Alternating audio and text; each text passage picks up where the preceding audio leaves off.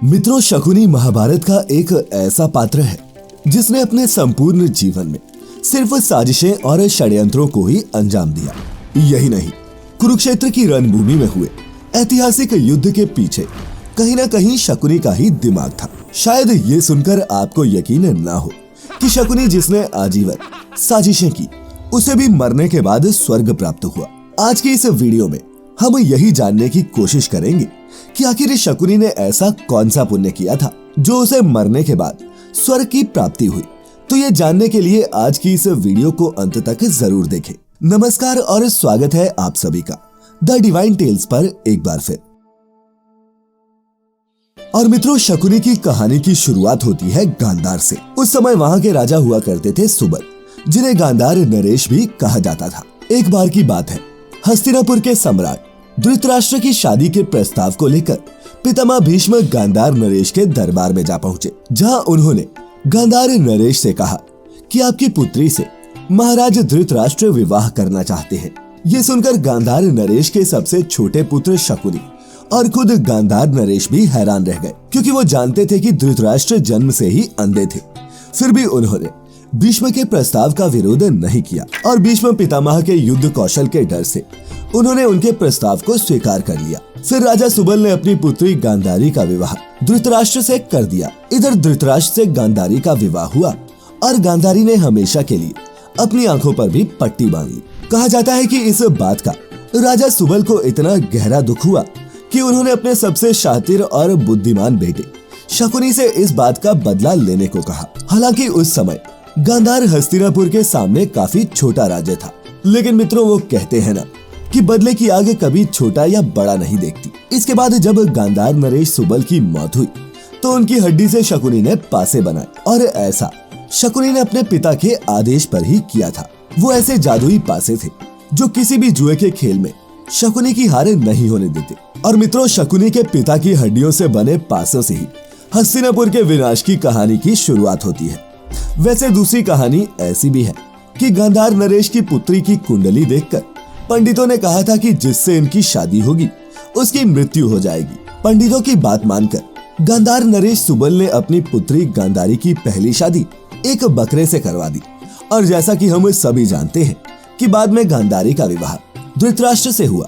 शादी के बाद जब धृतराष्ट्र को पहली शादी का पता चला तो उन्होंने गांधार नरेश समेत पूरे परिवार को जेल में बंद करने का आदेश दे दिया। जेल में बंद गांधार के राजा सुबल और उनके परिवार को प्रतिदिन एक मुट्ठी चावल ही खाने के लिए दिए जाते। ऐसे में भूख की वजह से धीरे धीरे सब मरने लगे। तब गांधार नरेश ने शकुनी को जिंदा छोड़ने की विनती धृतराष्ट्र से की, ताकि शकुनी उनका बदला ले सके।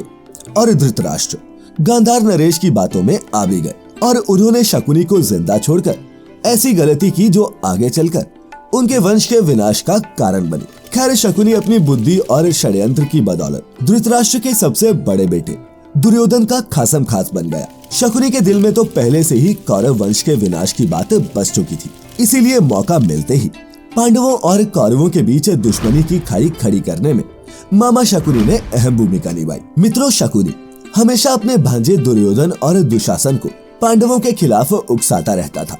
आखिरकार उसी उकसावे का परिणाम महाभारत युद्ध के रूप में सामने आया। 18 दिनों तक कुरुक्षेत्र में हुए इस युद्ध में लाखों सगे संबंधी अपनों के ही हाथों मारे गए। यहाँ तक कि धृतराष्ट्र के 100 पुत्रों में से एक भी जीवित नहीं बचा। दुर्योधन को सबसे आखिर में भीम ने गदा युद्ध में मार गिराया। वहीं युद्ध के 18वें और आखिरी दिन हमेशा कुटिल चाल चलने वाले मामा शकुनी अपनी मृत्यु को मात नहीं दे सके। पांडवों में सबसे छोटे सहदेव ने युद्ध में शकुनी को मार गिराया। जब मौत के बाद शकुनी की आत्मा परमात्मा के पास पहुंची तो उसे स्वर्ग की प्राप्ति हुई। अब ऐसा जानकर कई विद्वानों को आश्चर्य होता है कि आखिर ऐसे षड्यंत्र करने वाले को स्वर्ग कैसे मिला, क्योंकि लाक्षा ग्रह में पांडवों को जलाकर मारने की साजिश हो या फिर जुए में हराकर द्रौपदी के चीरहरण की, सब में शकुनी की खास भूमिका थी। ऐसे में शकुनी को आखिर स्वर्ग मिला तो मिला कैसे? तो मित्रों, हमें इस सवाल का जवाब मिलता है शकुनी की कर्तव्य परायणता में। दरअसल शास्त्रों में इस बात का उल्लेख है कि हर पापी को उसके पाप की सजा मिलती ही है, और कुटिलता भी एक पाप है जिसकी सजा जरूर मिलती है। लेकिन अपने पिता और पूरे परिवार के अपमान का बदला लेने के लिए जिस तरह ने शकुनी ने आजीवन प्रयत्न किया और उसमें फिर सफलता भी हासिल की। शकुनी के इसी कर्तव्य और कर्म ने उनके लिए स्वर्ग के द्वार खोल दिए। वैसे मित्रों, ये ठीक उसी तरह है जैसे मरने के बाद दुर्योधन को भी स्वर्ग की प्राप्ति हुई, जहाँ पांडव दुर्योधन को देखकर आश्चर्यचकित रह गए थे। यहाँ तक कि भीम ने धर्मराज युधिष्ठिर से पूछा था कि जिसने जीवन भर इतने पाप किए हैं उसे स्वर्ग की प्राप्ति कैसे हो सकती है। तब युधिष्ठिर ने बताया था कि अनुज भीम, इसे शुरू से ही अच्छे लोगों की संगति नहीं मिली। इसमें इसकी कोई गलती नहीं, बल्कि इसने जिस काम के बारे में सोचा उसे हमेशा पूरा किया। जैसे आपकी मेहनत और निष्ठा आपके लिए सफलता का मार्ग प्रशस्त करती है, वैसे ही आपकी कर्तव्य परायणता आपके लिए स्वर्ग के मार्ग खोलती है। तो मित्रों, हम उम्मीद करते हैं कि आपको आज की इस कथा से ये समझ आ गया होगा कि आखिर मरने के बाद पापी मनुष्यों को भी कुछ समय के लिए स्वर्ग क्यों मिलता है। वैसे भी गरुड़ पुराण में इस बात का उल्लेख मिलता है कि आपने मृत्यु लोक में जैसे भी कर्म किए होंगे उसके हिसाब से आपकी आत्मा को परिणाम भोगने ही होंगे। क्योंकि हिंदू धर्म में शरीर का तो अग्नि संस्कार कर दिया जाता है, लेकिन अंगूठे के बराबर आकार की आत्मा ऊपर आपके पापों का दंड भोगती है, जिसमें तरह तरह की यातनाएं शामिल हैं। वहीं अगर आपने पुण्य किए होंगे तो आपकी आत्मा को स्वर्ग में सारी सुख सुविधाएं मिलती हैं। तो मित्रों, आज की इस वीडियो में फिलहाल इतना ही। उम्मीद है हमारी ये प्रस्तुति आपको अच्छी लगी होगी। अच्छी लगी हो तो लाइक करने के साथ साथ इसे अपने मित्रों और रिश्तेदारों के साथ साझा अवश्य करें। और ऐसी सभी धार्मिक और आध्यात्मिक वीडियोस के लिए जुड़े रहे द डिवाइन टेल्स परिवार के साथ। अब हमें दें इजाजत। आपका बहुत बहुत शुक्रिया।